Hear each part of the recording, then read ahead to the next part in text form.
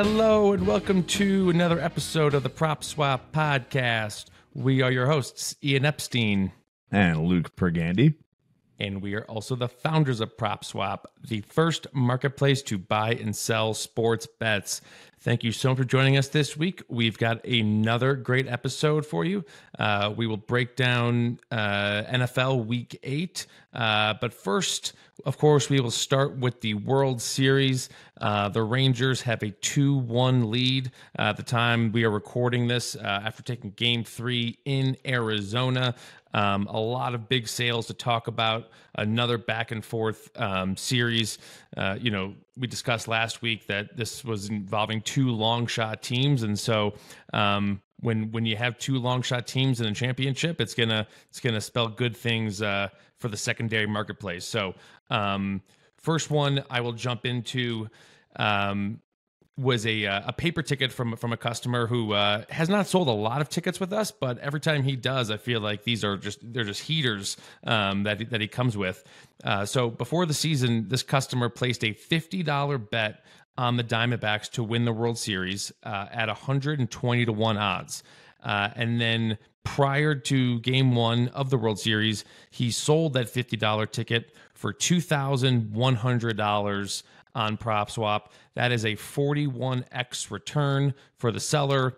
Meanwhile, the buyer received odds of plus 188, which was compared to plus 145 at the sports books. And then, Luke, you'll be happy to know that this seller has another ticket that he listed for sale, but is currently not for sale. But another ticket he holds that is $75 at 120-1 odds that will collect $9,000 if it wins. So, just all around kudos to this customer. Yeah.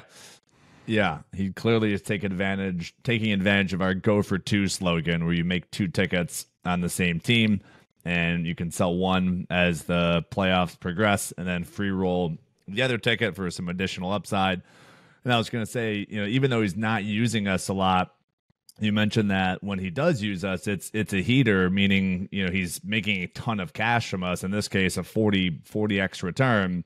To me, like, he is making bets with PropSwap in mind, and then just coming to us when he has just a massive profit potential and probably is just, in his mind, maybe it's not worth it to sell it for 10-20x. Obviously, we can probably refute that, but it seems like he's has a number in his head. Maybe it's 25x on his original bet amount, and then he'll come to us. So to me, he's definitely making bets with us in mind, which is great.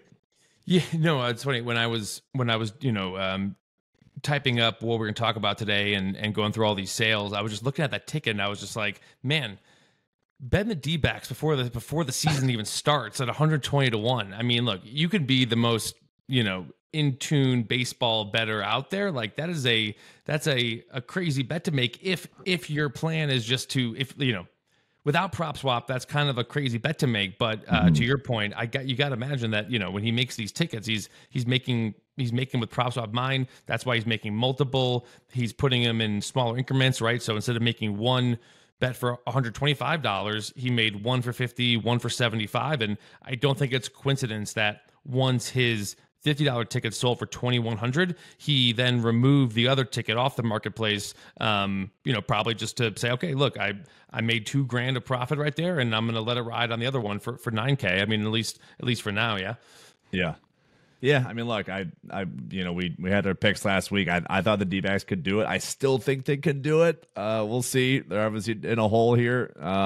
But I like this team, so we'll see how the rest of the series goes, but I don't know. I think they can still turn it around, but Rangers currently minus 250, so minus 300. My gosh, Texas minus 300 now, so it's going to be a tough turnaround.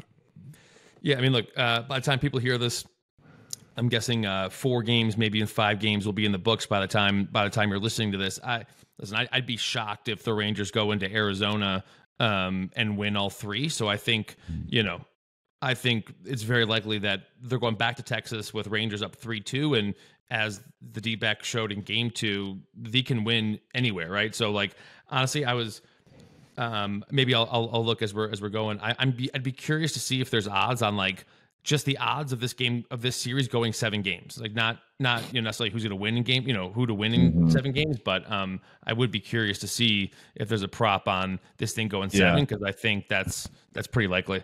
Yeah, FanDuel has it, but it's locked right now. So we'll report back next week when it's probably going to be over. But yes, you can definitely bet stuff like that. It's just locked because we record this right when the game's over. Yeah, maybe it'll open before we're done taping. But next I wanted to talk about was just a more of a smaller ticket, but on the Rangers.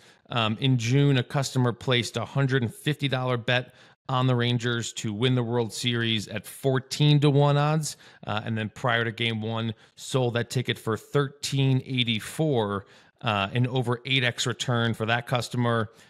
Buyer received odds of minus 159, which was compared to minus 175 at the sports books. And just, my only note here was just, in those couple days after the NLCS was over and before Game 1 started, there was a ton of tickets that were being purchased at better odds than all the sports books, right? Like you've got D-backs at plus 188, Rangers at minus 159. It was action all over the place of people getting better odds. And so, that's we talk a lot about selling on this podcast, but I think it should be noted that again, I think this is a function of people having these double-digit, triple-digit odds tickets. You can scoop up some really good deals here because the people may not have the cash to hedge, or we run promotions and have rewards points that allow people to have commission-free sales. So really good value in those days leading up to Game 1. Yeah. I think on this podcast, we talk about selling a lot because that's how we make our inventory. Like people have to post tickets or else we have nothing to sell. That's the difference between us and a sports book. But yeah, make no mistake. People, buyers on PropSwap get killer deals every single day if you're submitting. And I encourage, I do a lot of interviews around the country, and I encourage everyone, like, just because the price you see on PropSwap, it may be at market, it may be better than market, it may be below market, but submit a bid and like just see if the seller will accept your bid. And like I can rest assured more than 50% of the time he or she is going to take that lower bid, and you can get a really killer price on whatever team you're looking for. Yeah. Look, sellers, they want to make sure they're not leaving any money on the table. So they will price it for one thing and then wait to see if a bid comes in, because, again, it's all about, people love to be in control, right? Like they love to set their price, be in control. And so, if they set it at a price and then it sells at that price, they're going to go walking away being like, could I've gotten a few bucks more, they may have some remorse about that.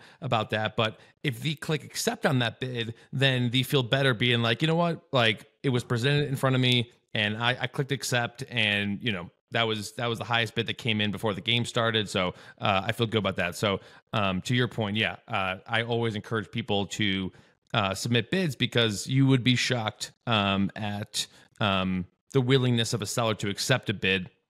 It's, there's a reason why, sellers can set a price that says, don't show me a bid that's less than this price. But if they set a price for that and then a bid comes in above it, like realistically, that means that like they're open to accepting that. Agreed. And then probably the biggest, most interesting sale is this $12,000 Diamondbacks ticket. We've talked about it a couple times. So last week, we talked about how a customer, he purchased this Diamondbacks World Series ticket, collect amount of $11,875. This customer purchased it for $95 in September, and then he resold it after Arizona lost Game 5 of the NLCS for $725. And we discussed last week how he could have sold it for more after Game 4, waited until after Game 5, which Arizona lost. So he turned 95 into $725. No shame there whatsoever, being down 3-2. The customer who purchased it for $725 waited until the D-backs won Game 2 and then decided now is the time to cash out for him. And then before game 3, he resold that ticket for $5,350.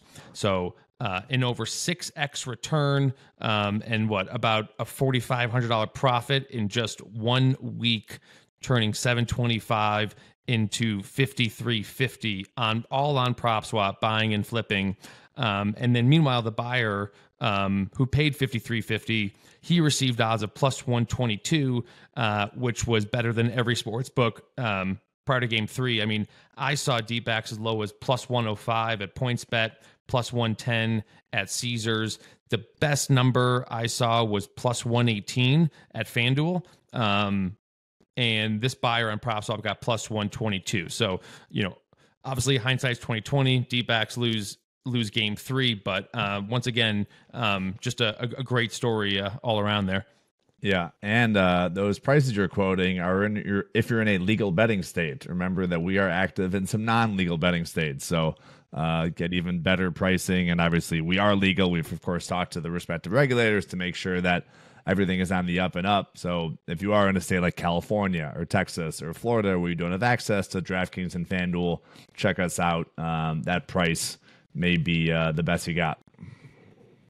Yeah, no, I mean, look, obviously there are bookies everywhere, and so we're not saying we're displacing any corner store or head shop bookies, but I mean, look, 50 to buy something for 53.50. I'm guessing not every bookies may want to take that action. So if you're we are in exactly that's the best price for people who have access to all those sports books I just named, and also a great price for people who don't have access to all of those sports books that I named. But yeah, just a really good, just a really cool story all around for that ticket. Again, guy turns 95 into 725, and then another person turns 725 into 5350. And mind you, this is all off of a $50 parlay, by the way, right? So once again, I think this is the third or fourth time this ticket is sold. So once again, just really cool, and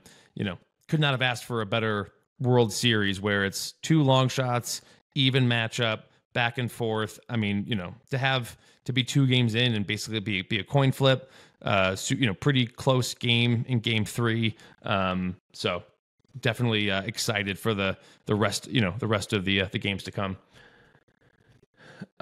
So that's about it for the baseball for now. Like I said, I'm sure when we talk to you next week, there'll be some other cool sales before the series is wrapped up. So I thought we would transition over to some NFL action, Week 8 recap. The first thing I had written down was just Will Levis. I feel like a lot of people forgot about him. I mean, he was like the talk of the draft, right? He slipped, dropped out of round 1 after being, potentially a top 5, top 10 pick. His girlfriend that was sitting next to him at that time, broke up with him a couple of months ago. So he finally gets his first start, goes 19 for 29, 238 yards passing, 4 touchdowns. And immediately I started thinking, like, what's this guy's rookie of the year odds, right? I mean, we saw Brock Purdy come in late into the season last year, and granted he didn't win, but he got right into that conversation. Obviously the Titans aren't as good all around as the 49ers are, but I was looking into it. He was 200-1 to win rookie of the year in week 3. And then sports books basically started taking his odds off the board, right? Because the guy's not playing, they're going to stop offering odds on him. But one of our customers, at guy in the cornfields, his name's Weston. He tweeted at us saying he got 100-1 on Levis at Caesars on October 17th. So shout out to Weston. I wonder if we'll be seeing that ticket for sale at some point. He is now 33-1 at FanDuel. So I'll ask you, Luke, is this kind of like a 1-week wonder or a sign of things to come for Levis and the Titans? I don't trust him enough yet. They beat the Falcons, so let's pump the brakes a little bit. I mean, to me, this is going to be CJ Stroud's to lose.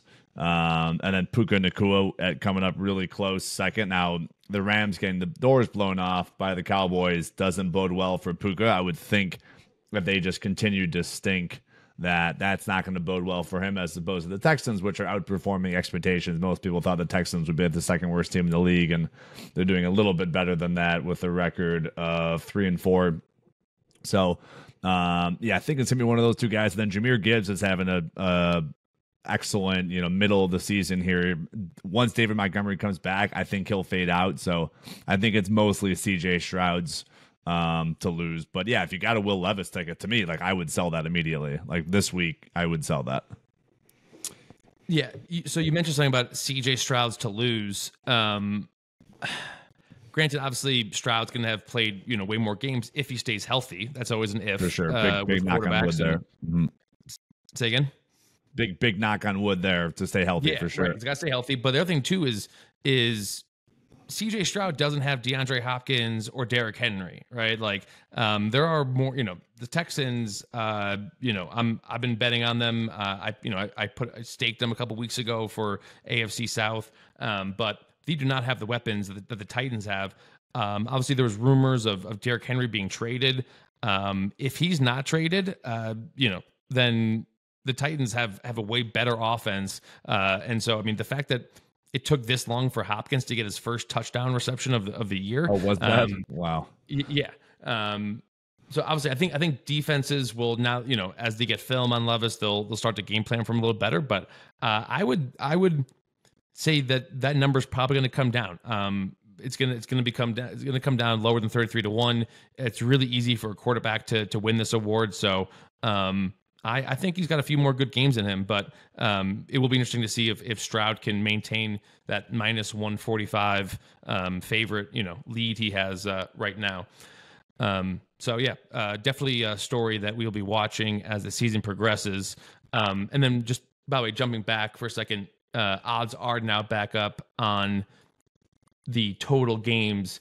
5 games plus 285, 6 games plus 142, and 7 games plus 164. So for this thing to go 7, you can get plus 164 right now. Not a bad bet. Yeah.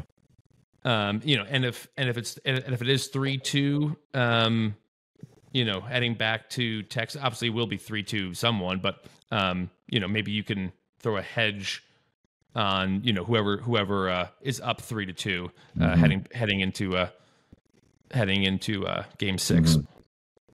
And then the other thing I want to talk about in terms of week 8 was just the 49ers losing their 3rd straight game. Obviously there was that lost in Cleveland against a really good defense in a crappy weather game. Okay. Then they lose to Minnesota on Monday night. That's okay. It's a little more concerning. And then they absolutely got pretty much dominated by the Bengals at home on Sunday. And so I know you're more down on the 49ers than I am. So do you think this is proving that the 49ers are not, one of the best in the NFC, or do you think this is just a kind of a blip on the radar in terms of just a long season? Yeah, I'm losing faith in this team pretty quickly. I'll dive into this topic more during Stake or Swap, but yeah, I'm losing faith pretty quickly in San Francisco. Yeah, I mean, look, I think Trent Williams was out, Debo was out, and so this team needs to be healthy for them to succeed, right? I mean, Brock Purdy is good, but he is not someone who can kind of put the team on his shoulders. And the other thing too is, let's not forget, Joe Burrow is pretty good. I mean, we talked, we I think you staked the Bengals last week or 2 weeks ago, and we talked about how this, they needed that bye week, they needed to get healthy. I personally was on Bengals money line to win that game. Again, I thought it was just a good spot for them coming off the bye week, and the Bengals are a good team. So I'm higher on the 49ers than you are, but if that team is healthy going into the playoffs, I would be shocked if they weren't in the NFC Championship game, at least. So I'm not ready to necessarily write them off. I think this is just kind of a bad stretch during a long season, So Any other thoughts from the NFL? Bills looked shaky again on Thursday night. They could have lost that game. In theory, there was chances to lose. I know they ended up winning by 6, but they looked shaky. Man, did the Packers stink. And they started out so well. I realized their first game was the Bears, but I thought Jordan Love was a lot better than he's looked so far. It's his first season, so I'm not ready to criticize him as much as I am of Justin Fields, who's in his third. And then Seahawks keep winning. Look out for the Seahawks. I think that team could do some damage. They didn't almost beat the Niners in the playoffs, but they hung around for 3 quarters.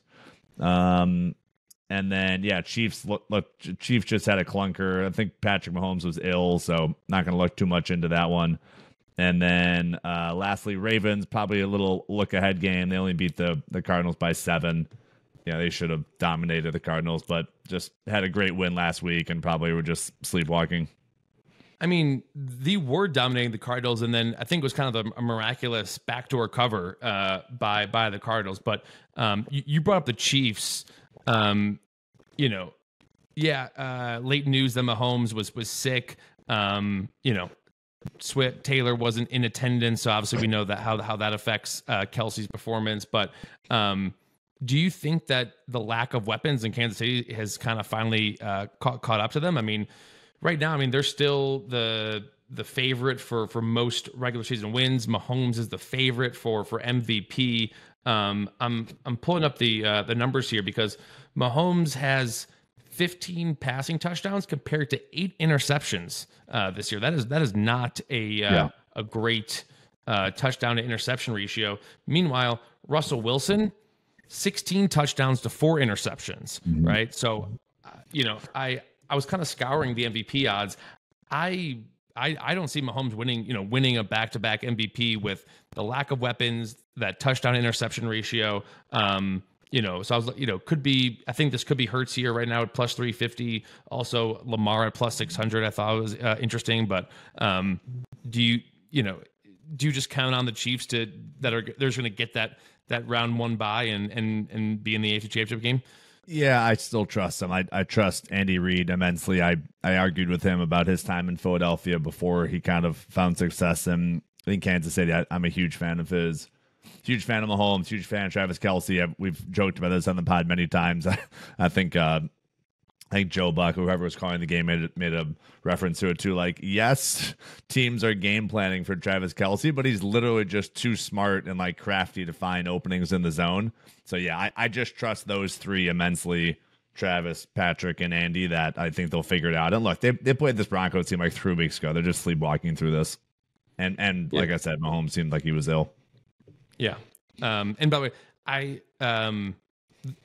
Adam Schefter report on Saturday about how much snow there was projected to be at Mile High. I live in Denver, and he wasn't lying or wrong, but he was quoting a number that's basically over a 24-hour period. So it dumped snow all day Saturday and Saturday night, kind of into Sunday morning. But that was it. So yes, over a 24-hour period, there was 8 inches of snow. But by the time the game started at 2:25 on Sunday, they were gonna have it cleaned up. And so I think a lot of people were expecting it to be oh, it's gonna be a snow game, all the Chiefs are gonna run the ball on the Broncos. I'm sitting there being no, it's the snow's done, it'll be cleaned up. And yeah, I think people were disappointed to see that. So before we get into stake or swap, it is that time of the show for Luke Learns. We're going to be doing a little baseball this time. We've been doing football recently, but a little baseball this time. So during Game 3 of the World Series, Corey Seager hit his 18th career postseason home run. That tied Carlos Correa for second most all-time among shortstops.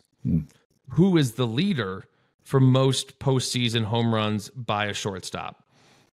It's a great question. My mind goes to A-Rod, but he was playing third when he was on the Yankees, so it can't be him. So that's my best guess. I'm running through all the different shortstops, like Red Sox, no one on the Yankees. I'm just thinking of teams that have won a lot of playoff games over the last decade, and like no one really had a power hitting shortstop. So yeah, A-Rod's my best guess. No one on the Yankees played shortstop for a lot of games. Well, Jeter's just not a power hitter. Is it Derek Jeter? Well, Derek Jeter is the correct answer. Oh my gosh! Wow. Okay. Derek Jeter, 20 home runs, 20 postseason home runs all time. Wow. Now, that is over the course of 158 games. Seager has gotten to 18 in 75 games. So that's funny. Yeah, fair to say probably Seager will eventually, Seager or Correa will probably break that record at some point during their careers. But yes, nice. Derek Jeter currently holds the record. So thank you for playing. I thought you were gonna have it. You're like Yankees. No, I'm like I get it. He's not a power hitter, but when you play 158 postseason games, you may rack up a few. You may rack up a few home runs. So speaking of home runs, we'll hit some home runs coming up in Stake or Swap.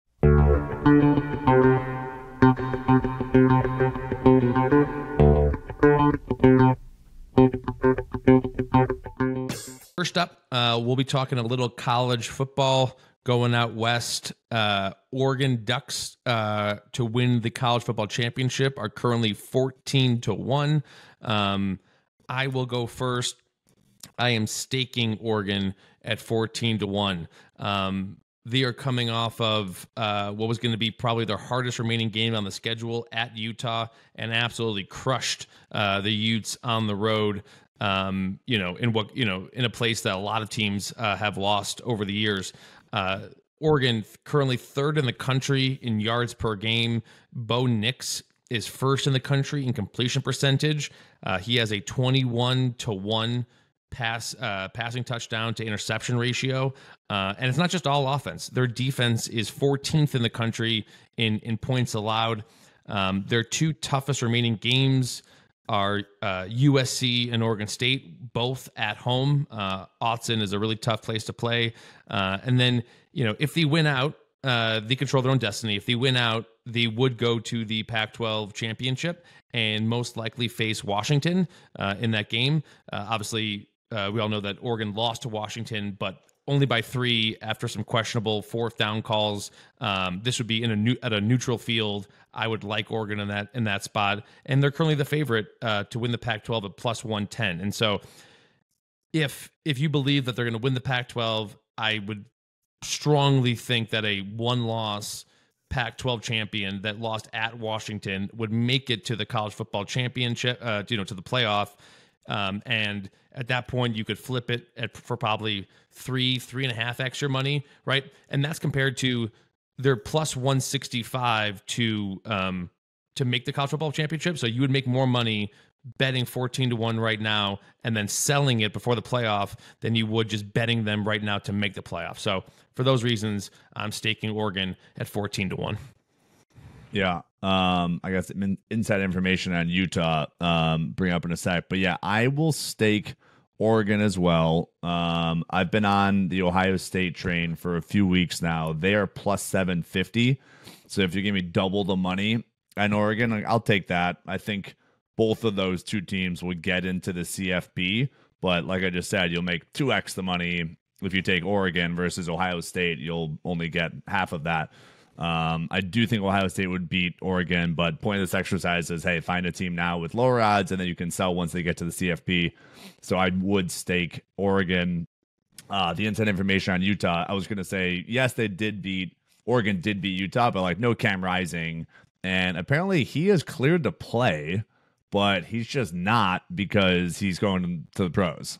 But like he's been medically cleared to play for like 3 weeks. So I met Kyle Whittingham's niece out in San Diego. She lives out there, and she's like, yeah, like he's been cleared to play. So he's just sitting on his own watch so he doesn't get hurt before the draft, which I'm waiting for Caleb Williams to stop playing, because Caleb Williams, like, that season's over, and I don't know why he's still out there. He is a lock to be the number 1 pick. And can you imagine, God forbid, he tears his Achilles or something. These Achilles injuries are popping up with Kirk Cousins over the weekend. But yeah, I'm waiting for Caleb to sit down. But anyways, I'll stake Oregon as well. I like the price. I don't think they win the Natty, but I think they can get to the CFP.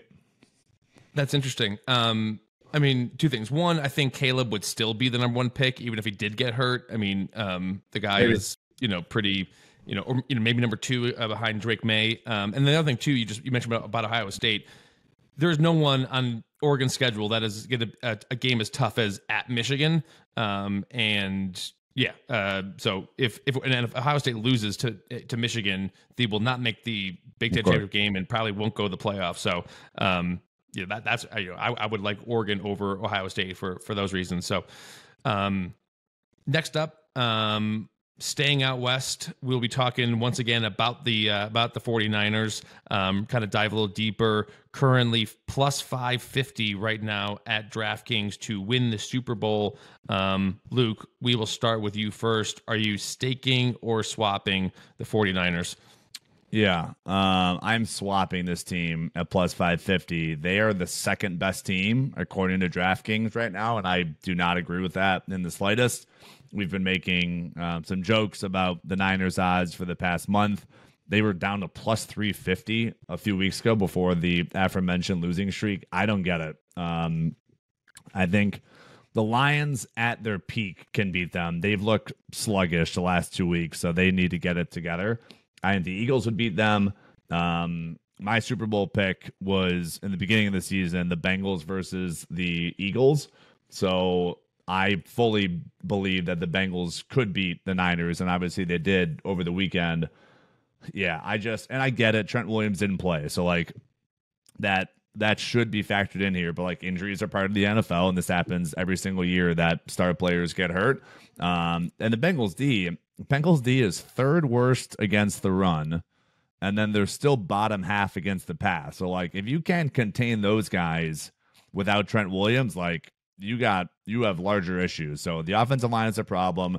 And then like we've discussed a bunch on this podcast, the phenomenon, aka like the ability to watch quarterbacks film and find their weaknesses is really important in the NFL, and it's a very popular tactic. Obviously, film is everything. And I just think teams have started to watch a lot of film on Purdy and found what his weaknesses are. So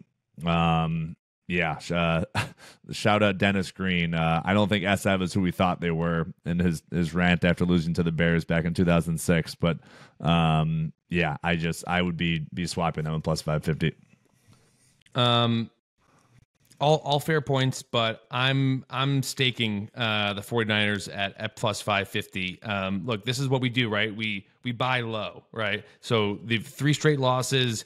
Everyone now is down on the 49ers. There are these stats now about how Kyle Shanahan hasn't won he's like 0-28 when his team is losing by 8 or more in the fourth quarter. So everyone's super down on them. But let's not forget 4 weeks ago we were talking about how just stacked this team was, how talented they were. Like I said, Trent Williams was out, Debo was out.